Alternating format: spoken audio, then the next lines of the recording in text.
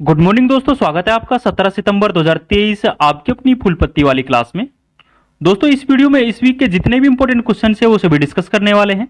आप वीडियो को लास्ट तक जरूर देखें, वीडियो काफी इंपॉर्टेंट होने वाला है।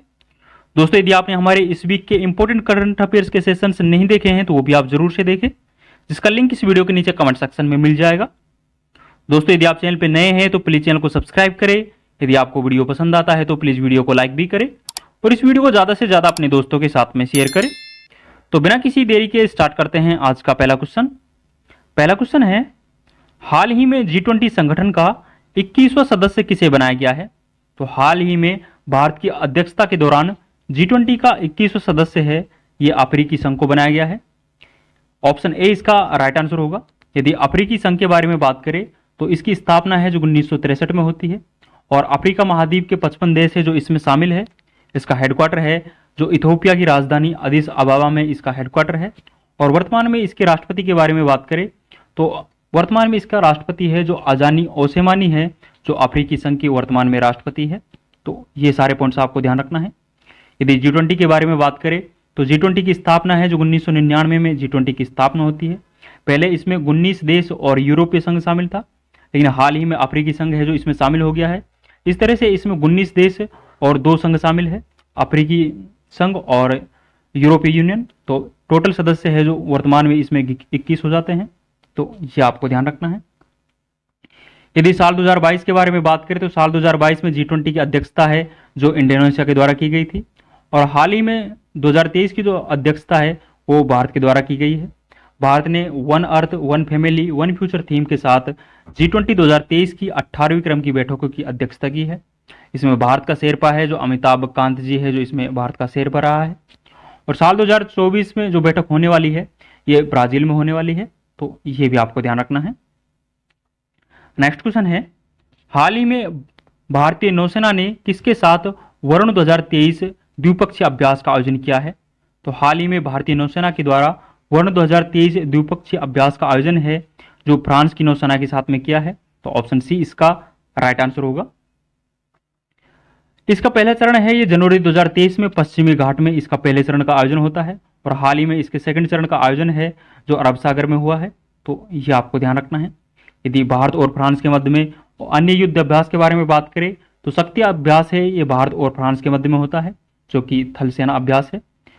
गरुड़ अभ्यास है ये भारत और फ्रांस के मध्य में होता है और ये वायुसेना अभ्यास है। और वरुण के बारे में बात करें तो वरुण अभ्यास है तो ये हमने चर्चा की है कि ये नौसेना अभ्यास है। और फ्रेंजिक्स अभ्यास है ये भी भारत और फ्रांस के मध्य में आयोजित होता है। नेक्स्ट क्वेश्चन देखेंगे, हाल ही में भारत ने आसियान सम्मेलन में कहां दूतावास खोलने की घोषणा की है? तो हाल ही में भारत ने आसियान सम्मेलन के दौरान दूतावास खोलने की घोषणा है ये तिमोर लिस्ते में की है। तो ऑप्शन बी इसका राइट आंसर होगा। तिमोर लिस्तों को हाल ही में आसियान का 11वां सदस्य है जो बनाया गया है। तो ये आपको ध्यान रखना है। और आसियान का हेडक्वार्टर है जो इंडोनेशिया की राजधानी जकार्ता में है। आसियान की स्थापना है जो 1967 में होती है और वर्तमान में इसमें 11 सदस्य देश है। आसियान की जो हेडक्वार्टर जकार्ता है इसमें 3 प्रमुख बैठकें होती हैं जो आपको ध्यान रखनी है। पहली बैठक के बारे में बात करें तो 18वीं जो ईस्ट एशिया समिट है इसका आयोजन है जो जकार्ता में होता है। 43वीं आसियान शिखर सम्मेलन है इसका आयोजन भी जकार्ता में होता है। और जो 20वां भारत आसियान शिखर सम्मेलन है तो इसका आयोजन भी इंडोनेशिया की राजधानी जकार्ता में होता है। इसी दौरान जो दूतावास खोलने की भारत के द्वारा घोषणा की गई है तो ये तिमोर लिस्ते में की है। तो ये पॉइंट्स आपको ध्यान रखना है। नेक्स्ट क्वेश्चन है, हाल ही में डिजिटल किराया भुगतान के लिए नेशन फर्स्ट ट्रांजिट कार्ड किसने लॉन्च किया है? तो डिजिटल भुगतान के लिए नेशन फर्स्ट ट्रांजिट कार्ड है ये SBI के द्वारा लॉन्च किया गया है। तो ऑप्शन ए इसका राइट आंसर होगा। यदि SBI के बारे में बात करें तो SBI के वर्तमान में जो हेड है ये दिनेश खारा है और ये नेशन फर्स्ट ट्रांजिट कार्ड है ये परिवहन के लिए कॉमन कार्ड होने वाला है और इसका सुझाव है जो नंदन नीलमणि समिति के द्वारा इसका सुझाव दिया गया था। नेक्स्ट क्वेश्चन देखेंगे, हाल ही में नॉर्थ ईस्ट इंडिया फेस्टिवल कहाँ आयोजित हुआ है? तो हाल ही में जो नॉर्थ ईस्ट इंडिया फेस्टिवल का आयोजन हुआ है ये इटली में हुआ है। इटली के मिलान शहर में इसका आयोजन हुआ है। तो ऑप्शन सी इसका राइट आंसर होगा। इटली की राजधानी के बारे में बात करें तो रोम है जो इटली की राजधानी है और रोम है जो टाइबर नदी के किनारे स्थित है। और हाल ही में इटली की पहली महिला प्रधानमंत्री है, ये जॉर्जिया मेलोनी बनी है, तो ये भी आपको ध्यान रखना है। नेक्स्ट क्वेश्चन देखेंगे, यूएस टेनिस ओपन 2023 में पुरुष एकल वर्ग का खिताब किसने जीता है? तो हाल ही में ग्रैंड स्लैम का चौथा टूर्नामेंट यूएस ओपन का आयोजन हुआ है। इसमें पुरुष एकल वर्ग का खिताब है ये नोवाक जोकोविक के द्वारा जीता गया है, तो ऑप्शन बी इसका राइट आंसर होगा। नोवाक जोकोविक है, ये सर्बिया के रहने वाले हैं। एक बार हम जो ग्रैंड स्लैम टूर्नामेंट है जो कि साल में 4 बार आयोजित होते हैं, इन चारों का एक बार क्विक रिवीजन कर लेते हैं। सबसे पहले आयोजन है जो ऑस्ट्रेलियन ओपन को होता है, उसके बाद में फ्रेंच ओपन का होता है, फिर विंबलडन ओपन का होता है, और आखिरी टूर्नामेंट होता है वो यूएस ओपन होता है। यदि इसमें पुरुष वर्ग के बारे में बात करें तो मेल कैटेगरी में जो ऑस्ट्रेलियन ओपन है ये नोवाक जोकोविक के द्वारा जीता गया था, और यदि फीमेल कैटेगरी में बात करें तो ऑस्ट्रेलियन ओपन है जो फीमेल कैटेगरी में आर्यन सबालेंका के द्वारा जीता गया था। आर्यन सबालेंका है ये बेलारूस की रहने वाली है। यदि फ्रेंच ओपन के बारे में बात करें तो फ्रेंच ओपन है ये भी नोवाक जोकोविक के द्वारा जीता गया था। और फ्रेंच ओपन में यदि महिला वर्ग के बारे में बात करें तो महिला एकल वर्ग का खिताब है ये ईगा स्वाटेक के द्वारा जीता गया था। ईगा स्वाटेक है जो पोलैंड की रहने वाली है। और विंबलडन ओपन के बारे में बात करें तो विंबलडन ओपन में जो पुरुष एकल वर्ग का खिताब है ये कार्लोस अलकराज के द्वारा जीता गया था। कार्लोस अलकराज है जो स्पेन के रहने वाले हैं। और विंबलडन ओपन में महिला वर्ग का जो एकल खिताब है ये मार्केस आंद्रोसोवा के द्वारा जीता गया था। मार्केस आंद्रोसोवा है ये चेक गणराज्य की रहने वाली है। और हाल ही में जो यूएस ओपन हुआ है, यूएस ओपन का जो फाइनल मुकाबला है ये पुरुष वर्ग में नोवाक जोकोविक के द्वारा जीता गया है, जो कि हमने चर्चा की है। और यदि महिला वर्ग का एकल खिताब है इसके बारे में बात करें तो ये कोको गाफ के द्वारा जीता गया है, जो कि यूएसए की 19 वर्षीय टेनिस खिलाड़ी है। तो इस साल के जो 4 ग्रैंड स्लैम टूर्नामेंट है ये चारों के चारों आपको ध्यान रखना है, आपकी परीक्षाओं में इनसे संबंधित क्वेश्चन आने वाले हैं।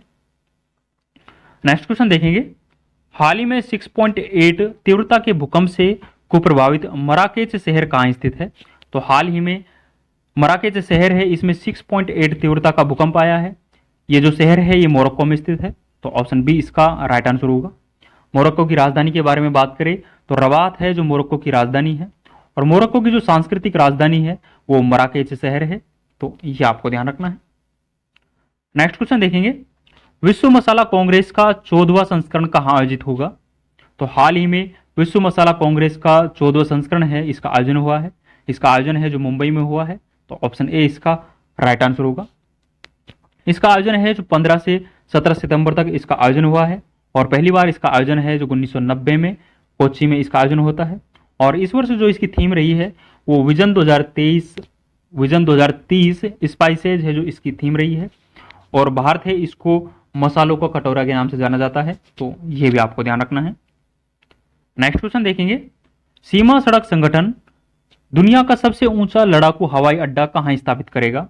जो BRO है तो दुनिया का सबसे ऊंचा लड़ाकू हवाई अड्डा है यह लद्दाख में स्थापित करेगा, तो ऑप्शन सी इसका राइट आंसर होगा। इस लड़ाकू हवाई अड्डे की जो ऊंचाई है ये समुद्र तल से 13,710 फीट है जो इसकी ऊंचाई रहने वाली है, यह आपको ध्यान रखना है। और इसकी आधारशिला है जो भारतीय रक्षा मंत्री राजनाथ सिंह के द्वारा इसकी आधारशिला रखी गई है। यदि सीमा सड़क संगठन के बारे में बात करें तो BRO के बारे में बात करें तो इसकी स्थापना है जो 1960 में BRO की स्थापना होती है।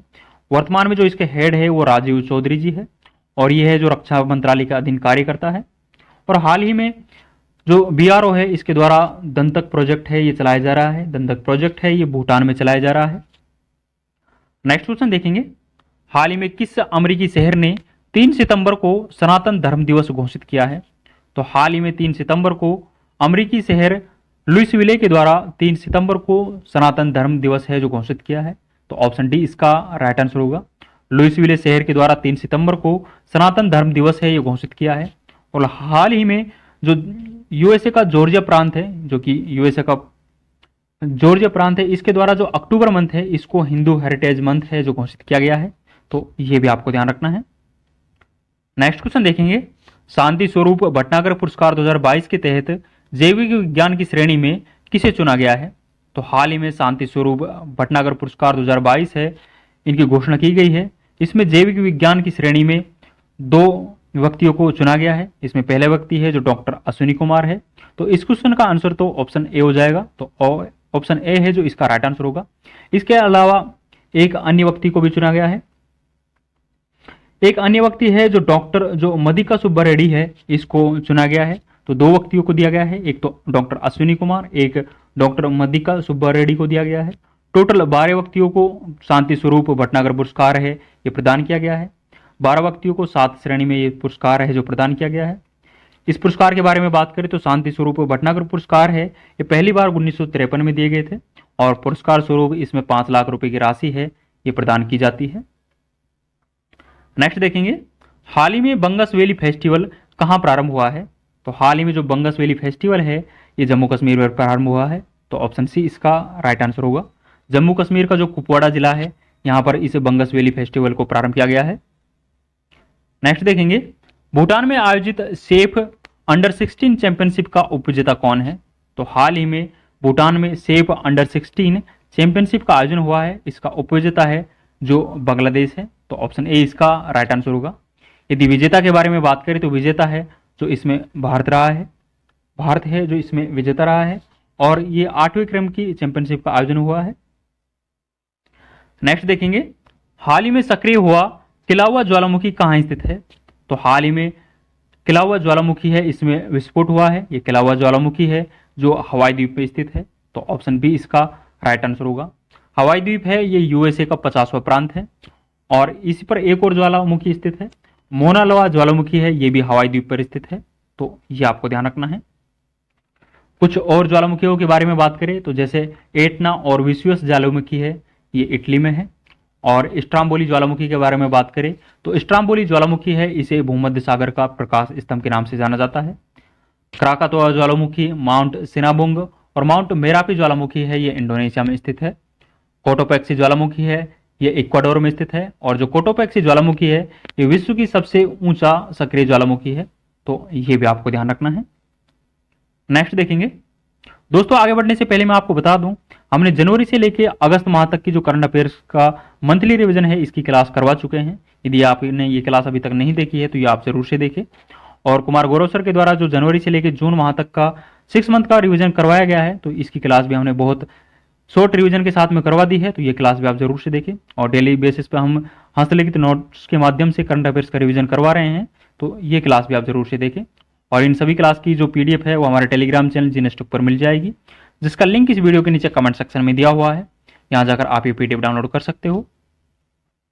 आगे बढ़ते हैं, फिलीपींस में आयोजित FIBA विश्व कप 2023 की विजेता टीम कौन सी है?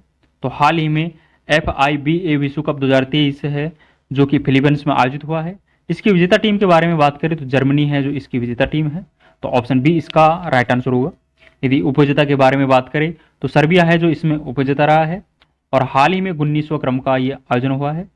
तो ये एक बास्केटबॉल टूर्नामेंट है और इसका आयोजन है जो फिलीपींस में हुआ है। नेक्स्ट देखेंगे, हाल ही में सामरिक परमाणु हमला पनडुब्बी किम कुन ओके किसने लॉन्च की है? तो हाल ही में परमाणु हमला जो पनडुब्बी किम कुन ओके है ये उत्तर कोरिया के द्वारा लॉन्च की गई है। तो ऑप्शन ए इसका राइट आंसर होगा। उत्तर कोरिया का जो कमांडर हीरो है इनके नाम पर इसका नाम है जो रखा गया है और भारत की जो पहली स्वदेशी परमाणु पनडुब्बी है उसका नाम है जो INS अरिहंत है। तो ये भी आपको ध्यान रखना है। नेक्स्ट है, हाल ही में भारत के सर्वोच्च न्यायालय ने न्यायिक सहयोग के लिए किसके साथ समझौता ज्ञापन किया है? तो हाल ही में जो भारतीय सुप्रीम कोर्ट है इनके द्वारा न्यायिक सहयोग के लिए जो समझौता ज्ञापन किया है ये सिंगापुर के साथ में किया है। तो ऑप्शन सी इसका राइट आंसर होगा। और भारत के सुप्रीम कोर्ट के मुख्य न्यायाधीश के बारे में बात करें तो DY चंद्रचूड़ है जो भारत के वर्तमान में CJI है जो कि 50वें क्रम के हैं। और सिंगापुर के यदि मुख्य न्यायाधीश के बारे में बात करें तो सुंदरेश मेनन है ये सिंगापुर के मुख्य न्यायाधीश है और सिंगापुर के जो मुख्य न्यायाधीश सुंदरेश मेनन है ये भारतीय जो सुप्रीम कोर्ट है इसके स्थापना दिवस पर चीफ गेस्ट के रूप में आते हैं। तो ये भी आपको ध्यान रखना है। नेक्स्ट देखेंगे, हाल ही में मॉब लिंचिंग पीड़ित मुआवजा योजना किसने प्रारंभ की है? तो हाल ही में जो मॉब लिंचिंग पीड़ित मुआवजा योजना है ये मध्य प्रदेश सरकार के द्वारा प्रारंभ की गई है। तो ऑप्शन बी इसका राइट आंसर होगा। इस योजना के अंतर्गत यदि मॉब लिंचिंग के दौरान मृत्यु हो जाती है तो मध्य प्रदेश सरकार है जो 10 लाख रुपए मुआवजा है ये मुहैया कराएगी और यदि इस दौरान घायल हो जाते हैं तो 4 से 6 लाख रुपए है जो मध्य प्रदेश सरकार है जो मुआवजा स्वरूप देने वाली है। तो ये भी आपको ध्यान रखना है। और ये पॉइंट्स भी आपको ध्यान रखना है कि जो मॉब लिंचिंग है इसके खिलाफ कानून लाने वाला भारत का जो पहला राज्य है वो राजस्थान है। नेक्स्ट देखेंगे, हाल ही में निपाह वायरस में मौत के कारण कहाँ अलर्ट जारी किया गया है? तो हाल ही में जो निपाह वायरस है इसके मौत के कारण जो अलर्ट जारी किया गया है ये केरल में जारी किया गया है। तो ऑप्शन सी इसका राइट आंसर होगा। केरल के कोझिकोड है, इसमें ये वायरस है जो देखने को मिला है। और ये जो निपाह वायरस है ये एक जूनोटिक डिजीज है जो कि जानवरों से मनुष्य में फैलती है। नेक्स्ट है, हाल ही में तूफान डेनियल ने किस देश में भयंकर तबाही मचाई है? तो हाल ही में जो तूफान डेनियल है इसके द्वारा भयंकर तबाही है जो लीबिया देश में मचाई गई है। तो ऑप्शन ए इसका राइट आंसर होगा। लीबिया में 5000 से अधिक लोगों की मृत्यु है जो इस दौरान हो चुकी है। और इस तूफान डेनियल का नाम है, जो नामकरण है जो ग्रीस देश के द्वारा इसका नामकरण किया गया था। और यह हाल ही में जो भूमध्य सागर है इसमें देखने को मिला है। और यदि लीबिया के बारे में बात करें तो लीबिया की जो राजधानी है वो त्रिपोली है। नेक्स्ट है, हाल ही में सिमोना हालेप पर डोपिंग के आरोप में 4 साल का बैन लगा है। तो इसका संबंध किस खेल से है? तो हाल ही में सिमोना हालेप है जो कि रोमानिया की रहने वाली है, इस पर डोपिंग का आरोप के कारण 4 साल का बैन है जो लगाया गया है। और इसका संबंध है जो टेनिस से है। तो ऑप्शन बी इसका राइट आंसर होगा। सिमोना हालेप के द्वारा 2 ग्रैंड स्लैम टूर्नामेंट भी जीते गए हैं। तो ये भी आपको ध्यान रखना है। नेक्स्ट है, एडीआर की रिपोर्ट के अनुसार सांसदों के खिलाफ आपराधिक मामलों में कौन सा राज्य शीर्ष पर है? तो हाल ही में एडीआर के द्वारा एक रिपोर्ट प्रकाशित की गई है जिसमें सांसदों के खिलाफ जो आपराधिक मामले हैं इसमें जो शीर्ष पर राज्य है वो केरल है। तो ऑप्शन बी इसका राइट आंसर होगा। केरल राज्य में 73% जो सांसद हैं उनके खिलाफ आपराधिक मामले दर्ज हैं। इस तरह से केरल राज्य है जो भारत में आपराधिक मामलों में शीर्ष स्थान पर है। यदि बात करें गंभीर आपराधिक मामलों में शीर्ष पर कौन सा राज्य है, तो बिहार राज्य है जो गंभीर आपराधिक मामलों में शीर्ष पर है। तो बिहार में जो 50% सांसद है वो गंभीर आपराधिक मामलों से ग्रस्त है। तो ये आपको ध्यान रखना है। तो बिहार के जो 50% सांसद है उनके ऊपर गंभीर आपराधिक मामले हैं जो दर्ज है। यदि भारत के कुल सांसदों के बारे में बात करें तो भारत के 40% सांसद ऐसे हैं जिनके खिलाफ आपराधिक मामले हैं जो दर्ज है। तो ये भी आपको ध्यान रखना है। और आपको कमेंट सेक्शन में बताना है कि हाल ही में एडीआर के द्वारा एक रिपोर्ट प्रकाशित की गई है जिसमें बताया गया है कि भारत का जो सबसे अमीर एमएलए है, अमीर एमएलए की सूची है वो जारी की गई है। तो भारत का जो सबसे अमीर विधायक है वो कौन है? तो ये रिपोर्ट है जो हाल ही में एडीआर के द्वारा प्रकाशित की गई है। तो इसका आंसर आप कमेंट सेक्शन में जरूर बताएं कि भारत का जो सबसे अमीर विधायक है वो कौन है। नेक्स्ट है, हाल ही में इंडोनेशिया बैडमिंटन मास्टर्स में पुरुष एकल वर्ग का जो खिताब है ये किसने जीता है? तो हाल ही में इंडोनेशिया बैडमिंटन मास्टर्स का आयोजन हुआ है। इसमें पुरुष वर्ग का जो खिताब है ये किरण जॉर्ज के द्वारा जीता गया है। तो ऑप्शन बी इसका राइट आंसर होगा। यदि ये इसके उपविजेता के बारे में बात करें तो कू ताकासाही है जो इसके उपविजेता है जो कि जापान के रहने वाले हैं। और महिला वर्ग का जो खिताब है वो एस्टर नुइम के द्वारा इसको जीता गया है। तो एस्टर नुइम है ये महिला वर्ग की विजेता है और इसका आयोजन है जो इंडोनेशिया में हुआ है। तो ये आपको ध्यान रखना है। नेक्स्ट है, हाल ही में दिवंगत हुए डोली भेड़ के आविष्कारक कौन है? तो डोली भेड़ के आविष्कारक यान विल्मुट है, इनका हाल ही में निधन हो चुका है। तो ऑप्शन ए इसका राइट आंसर होगा। यान विल्मुट है ये पार्किंसन रोग से पीड़ित थे और ये स्कॉटलैंड के रहने वाले हैं। इनके द्वारा विश्व की पहली क्लोन डोली भेड़ का आविष्कार किया गया था। डोली भेड़ का जो पहले नाम था वो 6LL3 है जो डोली भेड़ का नाम था और इसका बाद में नाम परिवर्तित करके डोली भेड़ कर दिया गया था। तो ये आपको ध्यान रखना है। नेक्स्ट है, हाल ही में राष्ट्रीय हिंदी दिवस के अवसर पर तीसरा अखिल भारतीय राजभाषा सम्मेलन कहाँ प्रारंभ हुआ है? तो हाल ही में 14 सितंबर को जो कि राष्ट्रीय हिंदी दिवस मनाया गया है, इसी दौरान तीसरा अखिल भारतीय राजभाषा सम्मेलन है ये पुणे में प्रारंभ हुआ है। तो पुणे महाराष्ट्र में ये अखिल भारतीय राजभाषा सम्मेलन है जो प्रारंभ हुआ था। तो ऑप्शन ए इसका राइट आंसर होगा। यदि राष्ट्रीय हिंदी दिवस के बारे में बात करें तो प्रत्येक साल इसे 14 सितंबर को सेलिब्रेट किया जाता है। 14 सितंबर को इसको सेलिब्रेट किया जाता है। पहली बार इसे 1953 में सेलिब्रेट किया गया था। अब ये 14 सितंबर को क्यों सेलिब्रेट किया जाता है, इसके पीछे रीजन ये है कि जो भारतीय संविधान सभा है इसके द्वारा 14 सितंबर 1949 को हिंदी को राजभाषा के रूप में अपनाया गया था, इसीलिए 14 सितंबर को सेलिब्रेट किया जाता है।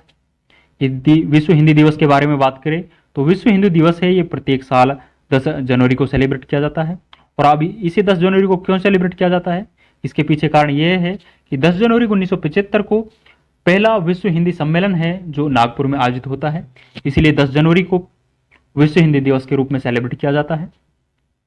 और हाल ही में जो 12वां विश्व हिंदी सम्मेलन है ये फिजी देश में आयोजित हुआ है, तो ये भी आपको ध्यान रखना है।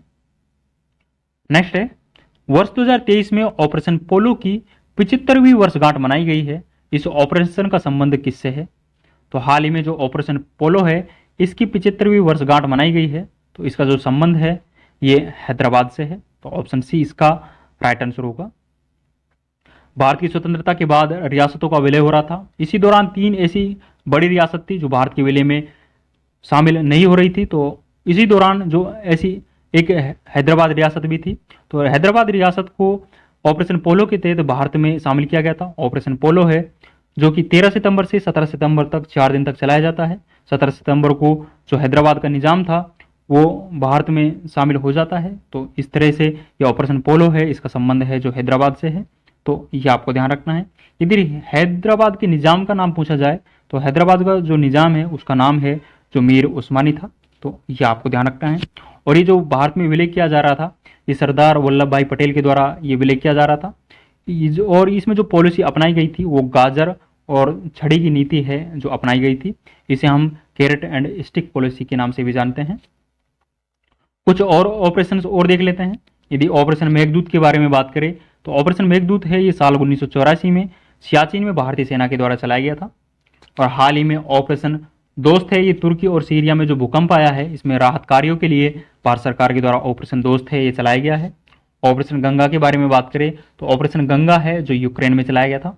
ऑपरेशन देवी शक्ति है या अफगानिस्तान में चलाया गया था। ऑपरेशन कावेरी है ये सूडान में चलाया गया था।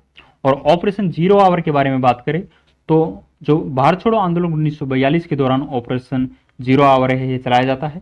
और आपको कमेंट सेक्शन में बताना है कि जो ऑपरेशन करुणा है ये किस देश में चलाया गया है, तो इसका आंसर आप कमेंट सेक्शन में जरूर बताएं। नेक्स्ट है, हाल ही में उपराष्ट्रपति जगदीप धनखड़ ने बांध सुरक्षा पर अंतर्राष्ट्रीय सम्मेलन का उद्घाटन कहाँ किया है, तो हाल ही में हमारे उपराष्ट्रपति जगदीप धनखड़ के द्वारा बांध सुरक्षा पर अंतर्राष्ट्रीय सम्मेलन का उद्घाटन है ये जयपुर में किया है, तो ऑप्शन ए इसका राइट आंसर होगा। और इसकी थीम के बारे में बात करें तो सुरक्षित भारत, सुरक्षित बांध सुरक्षित भारत है जो इसकी थीम रही है। और इसी दौरान जो दो पानी की रेल है जो चलाई गई है, एक है जो हिमसागर एक्सप्रेस है और दूसरी कामाख्या एक्सप्रेस है, तो ये 2 ट्रेन हैं जो 2 पानी की रेल है जो इसी दौरान चलाई गई है, तो ये भी आपको ध्यान रखना है। सॉरी। नेक्स्ट है, हाल ही में सारागढ़ी स्मारक की आधारशिला कहाँ रखी गई है, तो हाल ही में जो सारागढ़ी स्मारक है इसकी आधारशिला है जो पंजाब में रखी गई है, तो ऑप्शन सी इसका राइट आंसर होगा। पंजाब के मुख्यमंत्री भगवंत मान के द्वारा यह आधारशिला है जो रखी गई है। नेक्स्ट है, हाल ही में जलवायु परिवर्तन पर पहली ग्लोबल स्टॉक टेक रिपोर्ट किसने जारी की है, तो जलवायु परिवर्तन पर जो पहली ग्लोबल स्टॉक टेक रिपोर्ट है ये UNFCCC के द्वारा जारी की गई है, तो ऑप्शन ए इसका राइट आंसर होगा। यदि UNFCCC के बारे में बात करें तो इसकी जो फुल फॉर्म है वो United Nations Framework Convention to Climate Change इसकी फुल फॉर्म है। और इसकी स्थापना है जो 1994 में इसकी स्थापना होती है। इसका हेडक्वार्टर है जो बोन जर्मनी में इसका हेडक्वार्टर है। और जो UNFCCC की बैठक होती है उसे हम COP के नाम से जानते हैं। और फर्स्ट COP है इसका आयोजन बर्लिन में होता है, तो बर्लिन में फर्स्ट COP का आयोजन होता है। और जो COP 27 है इसका आयोजन है जो मिस्र के शर्म अल शेख में होता है। और COP 28 का आयोजन है जो कि UAE में होने वाला है, तो ये भी आपको ध्यान रखना है। नेक्स्ट है, हाल ही में अंतर्राष्ट्रीय लोकतंत्र दिवस 2023 कब मनाया गया है, तो हाल ही में अंतर्राष्ट्रीय लोकतंत्र दिवस है जो 15 सितंबर को सेलिब्रेट किया गया है, तो ऑप्शन सी इसका राइट आंसर होगा। इसे पहली बार साल 2008 में सेलिब्रेट किया था। और इस वर्ष जो इसकी थीम रही है वो अगली पीढ़ी को मजबूत करना इस वर्ष इसकी थीम रही है। यदि 15 सितंबर के बारे में बात करें तो 2 अन्य दिवस भी 15 सितंबर को ही सेलिब्रेट किया जाता है। एक तो राष्ट्रीय इंजीनियर्स दिवस है जो 15 सितंबर को सेलिब्रेट किया जाता है। और 15 सितंबर को ही जो दूरदर्शन है इसका स्थापना दिवस भी 15 सितंबर को ही सेलिब्रेट किया जाता है, तो ये भी आपको ध्यान रखना है।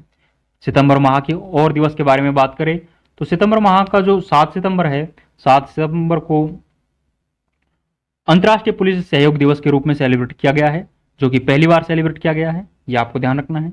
8 सितंबर के बारे में बात करें तो 8 सितंबर को अंतर्राष्ट्रीय साक्षरता दिवस के रूप में सेलिब्रेट किया जाता है। और 14 सितंबर को हमने अभी चर्चा की है कि 14 सितंबर को राष्ट्रीय हिंदी दिवस के रूप में सेलिब्रेट किया जाता है। और 27 सितंबर के बारे में बात करें तो विश्व पर्यटन दिवस है, ये 27 सितंबर को सेलिब्रेट किया जाता है, तो ये भी आपको ध्यान रखना है। आज का अंतिम क्वेश्चन देखेंगे। अंतिम क्वेश्चन है, हाल ही में मास्टर कार्ड इंडिया के चेयरपर्सन पद पर किसे नियुक्त किया गया है? तो हाल ही में जो मास्टर कार्ड इंडिया है इसके चेयरपर्सन पद पर रजनीश कुमार को नियुक्त किया है, तो ऑप्शन सी इसका राइट आंसर होगा। रजनीश कुमार है, ये पहले एसबीआई के चेयरपर्सन रह चुके हैं और रजनीश कुमार के द्वारा जो एसबीआई का योनो ऐप है इसको प्रारंभ किया गया था, तो ये भी आपको ध्यान रखना है। दोस्तों हमने इस वीक के जितने भी इंपॉर्टेंट क्वेश्चन है वो सभी चर्चा की है, तो ये सारे के सारे क्वेश्चन इंपॉर्टेंट है। इन सभी क्वेश्चन की जो पीडीएफ है वो हमारे टेलीग्राम चैनल जीएनएस टॉक पर मिल जाएगी, जिसका लिंक इस वीडियो के नीचे कमेंट सेक्शन में दिया हुआ है। दोस्तों आपकी जानकारी के लिए बता दूं कि हमने जनवरी से लेके अगस्त माह तक का जो मंथली करंट अफेयर की क्लास है ये हम करवा चुके हैं। यदि आपको मंथली करंट अफेयर्स का रिवीजन करना है तो ये क्लास आप जरूर से देखें। इन सभी क्लास का लिंक है जो इस वीडियो के नीचे कमेंट सेक्शन में दिया हुआ है। और हमने जनवरी से लेकर जून मंथ तक का जो 6 मंथ का रिवीजन था, ये हमने रिवीजन क्लास है जो कि कुमार गौरव सर के बर्थडे पे करवाई गई थी, तो इस क्लास का रिवीजन भी हम करवा चुके हैं। और हम डेली करंट अफेयर्स का रिवीजन है ये हस्तलिखित नोट्स के माध्यम से करवा रहे हैं, तो ये क्लास भी आप जरूर से देखें। दोस्तों यदि आपको ये वीडियो पसंद आया है तो प्लीज़ वीडियो को लाइक करें, और यदि आप चैनल पर नए हैं तो प्लीज़ चैनल को सब्सक्राइब भी करें और इस वीडियो को ज़्यादा से ज़्यादा अपने दोस्तों के साथ में शेयर करें। और दोस्तों यदि इस वीडियो से संबंधित आपको कोई सुझाव देना है तो आप कमेंट में अपना सुझाव जरूर दें। आप सभी का कमेंट है जो हमारे लिए सराहनीय होगा। तो आज के लिए बस इतना ही, मिलते हैं नेक्स्ट वीडियो में। थैंक यू, जय हिंद।